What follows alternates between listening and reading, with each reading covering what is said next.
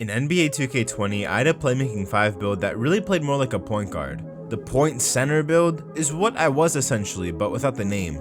I could handle the ball, shoot, dribble, and play some good defense and finish a little bit. In 2K22 though, I think I found a build that plays very similar, but is just a little bit better, so I'm going to show you how to make that build in this video. Here's how you make the build. For the position, this build is going to be a power forward, so choose that position. Handedness and jersey number don't matter, but I like my players right-handed, but that's all personal preference. For the skill breakdown, go with the playmaking and shooting pie chart with a bit more playmaking than shooting. It should be the pie chart that is all the way down. For the physical profile, the first one, the all agility one, is obviously the best choice, but to get this build name, you cannot go with that pie chart. You can't go with the agility and vertical pie chart either, which is why I opted to go with the agility and strength pie chart. You're going to be pretty fast anyway, and your strength is going to be relatively high, so you can use your strength to your advantage when you want to.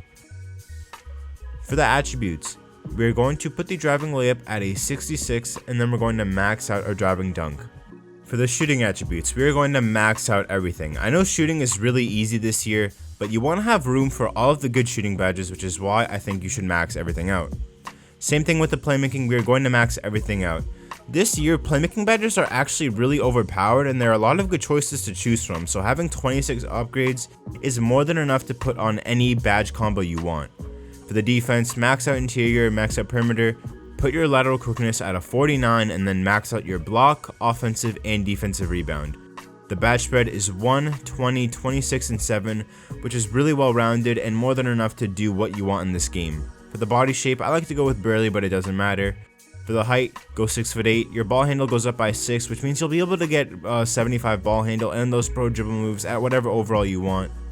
And for the weight, this is the weird part of the build. So usually on an ISO build, you want to go all the way down with the weight, but if you do that on a build like this, you won't get the build name, which is why I wanted to go 209. But if you go all the way down, you'll be able to get park dunks at 99 overall, which is really nice on a build that doesn't get any finishing badges.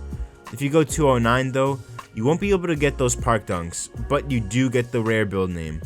So it's honestly what you choose to do. I don't think park dunks are that necessary on a build like this. As you can see, if we go 209 with max wingspan, we can only get a 65 driving dunk, which will be a 69 at 99 overall. But if you go all the way down on the weight, you'll still be able to get park dunks even if your wingspan is 1 below max. Me personally though, I am going to go with 209 because this build name, I don't really see it in the park that often, and I don't think park dunks are that necessary, to be honest. For the wingspan, there are a couple options you can do as well.